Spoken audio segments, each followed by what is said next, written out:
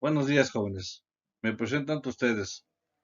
Soy el profesor Jorge Alberto Cruz Betancourt y espero el tema que vamos a abordar sea de gran utilidad para ustedes. Tiene que ver con los movimientos sociales en México, tanto el magisterial, el ferrocarrilero y el médico. Antes de entrar con el tema, daremos una pequeña introducción. Para empezar con el tema, empezaremos con una pregunta tan simple. ¿Qué es un movimiento social? Un movimiento social es una forma de organización y actuación mediante la cual un grupo de sector de la sociedad busca solucionar algún problema. Este tipo de movimientos sociales no surgen de manera espontánea, sino que se van desarrollando poco a poco. Se inician con un problema o un cuestionamiento. A partir de ello, se plantea una serie de peticiones o demandas que tienen por objetivo dar una solución al problema. La forma de hacer que se cumplan esas demandas es a través del movimiento social, las cuales se pueden manifestar de diferentes formas. Por ejemplo, marchas, mítines, paros, huelgas, entrega de volantes y medios de comunicación masivo, como lo pueden ser la radio y la televisión. En los movimientos sociales siempre hay una o varias personas quien los dirige y que comúnmente se les conoce como líderes del movimiento, que son los que se encargan de organizar y articular las demandas y las formas de movilización y presión que realizarán para conseguirlas. Este tipo de movimientos sociales pueden cumplir con sus objetivos y obtener todo o parte de quien lo solicita. Por lo contrario, habrá movimientos que se pueden extinguir por falta de apoyo e interés social, o el gobierno podría acabar con ellos a través de diferentes formas de cooptación, y la de los líderes, la presión sobre los participantes, o la forma más dura, la presión mediante el uso de la fuerza del servicio público. Un claro ejemplo es el movimiento estudiantil, en donde el entonces presidente de la República Mexicana, Gustavo Díaz Ordaz, mandó al ejército a repeler un grupo de estudiantes en la Plaza de las Tres Culturas, en Tlatelolco, el 2 de octubre de 1968, y que trajo grandes consecuencias, y que lo único que buscaban era libertad en sus distintas acepciones. Los movimientos pueden desarrollarse y llegar a convertirse en organizaciones políticas tales como el ZLN, Sindicatos de México y partidos políticos de México, con una estructura formal y una causa y un objetivo definido, y que buscará la participación electoral establecida de manera formal. A lo largo de la historia de nuestro país, se ha presentado un gran número de movimientos sociales.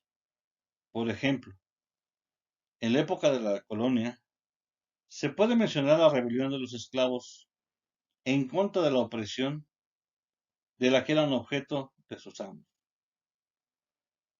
También podríamos señalar la propia Revolución Mexicana, ya que ella hubo diferentes movimientos sociales y que tenían por objeto cambiar las condiciones de opresión y miseria en que se encontraban en el pueblo durante el porfiriato. En esta unidad se estudiará algunos de los principales movimientos sociales que tuvieron lugar a partir de la segunda mitad del siglo XX, como es el movimiento magisterial, el movimiento ferrocarrilero y el movimiento médico, los cuales tenían como objetivo obtener mejores condiciones para los trabajadores de sus respectivos gremios. Estos movimientos son un importante antecedente en el proceso de construcción de la democracia en nuestro país. Debe destacarse que estos movimientos se dan entre el final del gobierno del presidente entonces Adolfo Ruiz Cortines y el inicio del mandato de Adolfo Mateos, en la época conocida como el desarrollo estabilizador. Asimismo, se impulsó la industria nacional. Bueno, para empezar a abordar el tema en sí, veremos qué es un movimiento magisterial. Un movimiento magisterial es un movimiento social en la que participan maestros, trabajadores y profesionistas para protestar sus inconformidades respecto a alguna situación que se presente en el ámbito en el ámbito laboral magisterial. Son serie de huelgas que han influido en el ámbito educativo. En abril de 1956, la dirigencia de la sección 9 del Sindicato Nacional de Trabajadores de la Educación, CENTE, por los maestros de primaria y maestras de jardines de niño de la capital del país, presentó ante la Secretaría de Educación Pública un pliego petitorio en la que destacaban dos demandas. La primera consistía en un aumento salarial del 30% y jubilación a los 30 años de servicio sin tomar en cuenta. Los maestros, al igual que muchos otros trabajadores, tenían sueldos bajos, a pesar de la economía del país que estaba creciendo. El 3 de julio,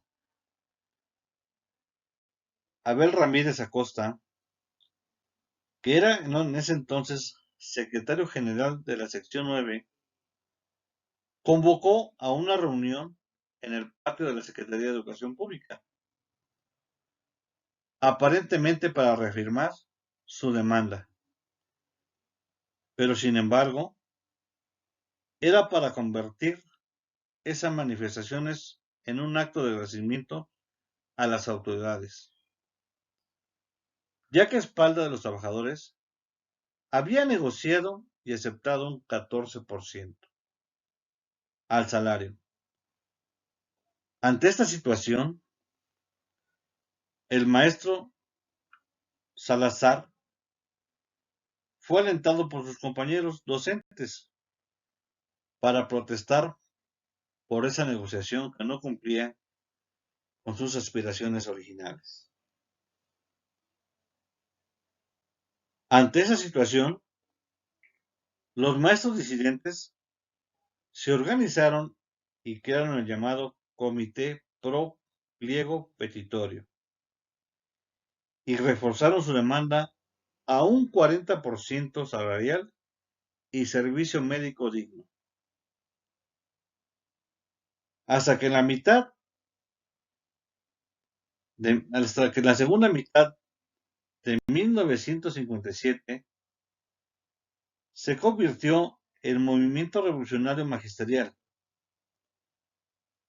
Pero lo más importante de todo esto fue la falta de respuesta por parte de la SEP y la dirigencia nacional del CENTE. La lucha de los maestros disidentes se enfocó a combatir la corrupción y el burocratismo dentro del sindicato y lograr su democratización. Entre julio y septiembre de ese año, los maestros disidentes realizaron una intensa movilización social. Al concluir su dirigencia de Ramírez Acosta en el Comité Prepliego Petitorio y Democratización de la Sección 9, realizó una asamblea en el rancho del Charro y eligió directamente a sus representantes. Y se creó un conflicto que llegó al Tribunal Federal de Conciliación y Arbitraje, en el cual desconocía la elección de los maestros democráticos y les pidió que reconsideraran lo que llamaron su actitud rebelde. Para desactivar a la disidencia, el gobierno ofreció cargos a sus dirigentes. Algunos los aceptaron, dejando a un lado la lucha magisterial.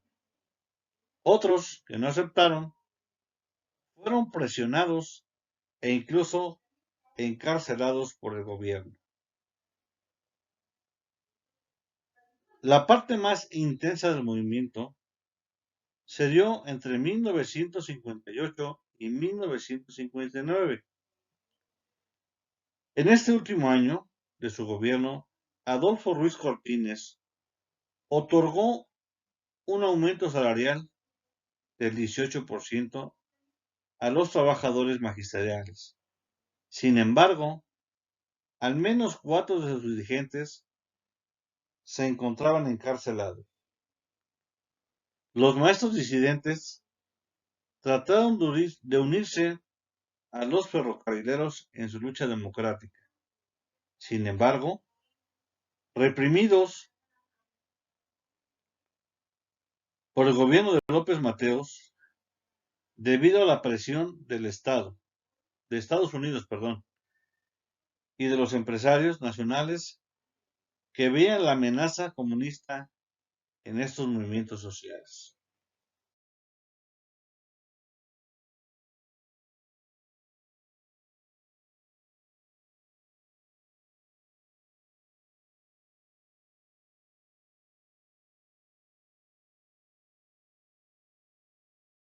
Ahora abordaremos otro tipo de movimiento que tiene que ver con el movimiento ferrocarrilero. A principios de mayo de 1958, una comisión del Sindicato de Trabajadores Ferrocarrileros de la República Mexicana, con representantes en todas las secciones, se reunió en la capital con el Comité Ejecutivo General para tratar una iniciativa de su aumento salarial por parte de los ferrocarrileros nacionales de México. La dirigencia sindical de carácter oficialista minimizó la petición de los trabajadores y trató de diferirlas, obteniendo así un aumento de 200 pesos, en lugar de los 300 que se había solicitado ante la comisión representante de las bases. Como era de esperarse, los ferrocarrileros manifestaron su inconformidad. Los más radicales firmaron el Plan del Sureste, en el que reiteraron su petición de aumento de 350 pesos. Y además, desconocieron a sus dirigentes locales por negociar a sus espaldas. Solicitaron que se reconociera a sus nuevos dirigentes electos por la base y anunciaron la realización de paros escalonados del servicio ferroviario, amenazando con paralizar todas las empresas si no cumplían con sus demandas.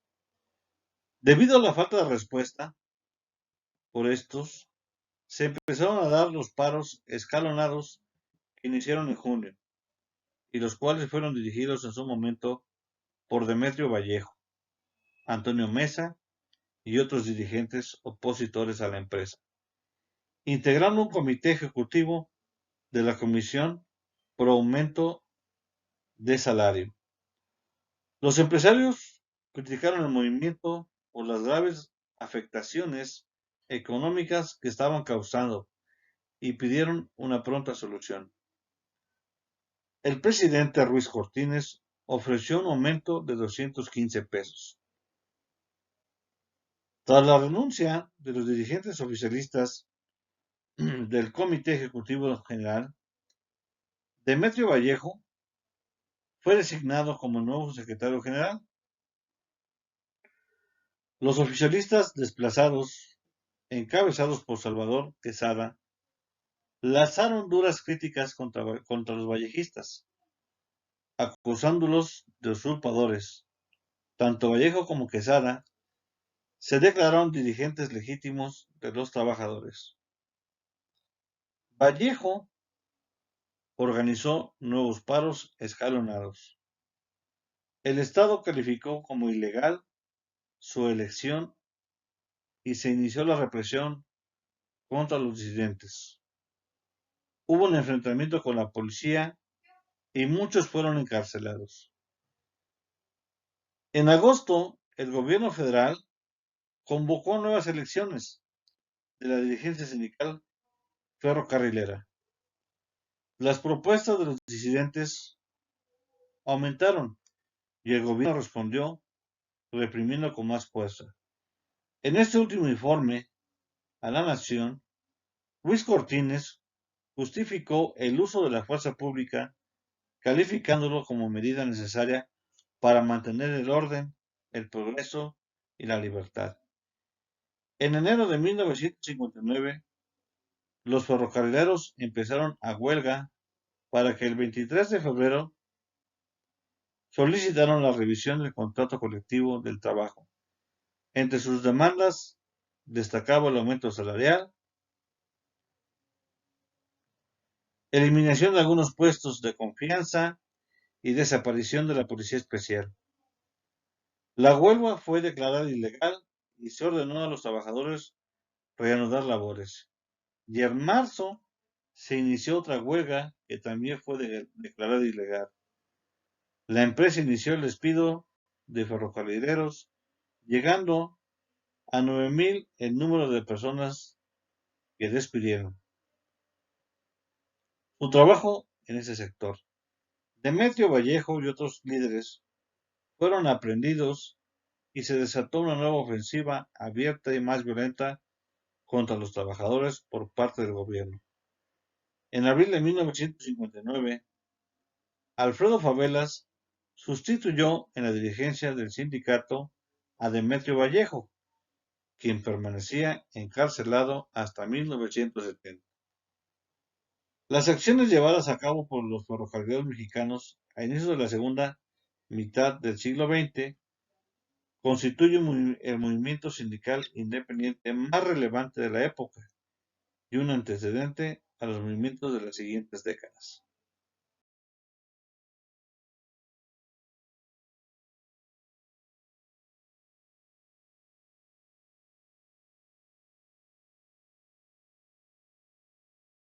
Ya para concluir con el tema, hablaremos del movimiento médico. Pocos días antes del inicio del sexenio del presidente Gustavo Díaz Ordaz, los médicos de los hospitales públicos, inspirados por las recientes movilizaciones de los otros sectores, se organizaron para protestar su precaria situación laboral, los bajos salarios que recibían, la carencia casi total de prestaciones y las jornadas de trabajo prolongadas hasta por 36 horas, sin descanso. Las protestas de los médicos se distinguen por ser las primeras iniciadas por profesionistas, a diferencia de los otros movimientos sociales. De esa forma, se pusieron en evidencia las condiciones de vida e inconformidades de las clases sociales. El movimiento se dio en noviembre de 1964, con la protesta de unos 200 médicos residentes del Hospital 20 de Noviembre, del recién creado Instituto de Seguridad y Servicio Social para los Trabajadores del Estado, ISSSTE. De inmediato los médicos fueron destituidos de su cargo. La reacción ante este primer acto de protesta y a sus correspondientes represiones fue de dotar el apoyo de más médicos procedentes de otros hospitales. Se sumaron a la protesta médicos del Hospital General del Distrito Federal y del Hospital Juárez, entre otros muchos, hasta reunir trabajadores de 130 hospitales de la República Mexicana, pertenecientes no solo al ISSSTE, sino también al IMSS y a la Secretaría de Seguridad y Asistencia. A consecuencia de todas estas injusticias, se dio origen a una nueva organización gremial, a la que denominaron Asociación Mexicana de Médicos de México Residentes e Internos, y sus siglas son AMMRI. Congregó a 25,000 médicos de todo el país. Dicho movimiento duró 10 meses. En este lapso se realizarían 4 paros de actividades, conservando la atención a urgencias y partos, además de marchas, entrega de pliegos petitorios y otras actividades. La reacción de las autoridades del Estado mexicano ante este movimiento fue, primero, la realización de despidos masivos, y estos fueron considerados como enemigos del país, y trajo como consecuencia no solo más heces, sino también más confrontaciones y encarcelamientos de los médicos que lideraban las las protestas en diversos hospitales.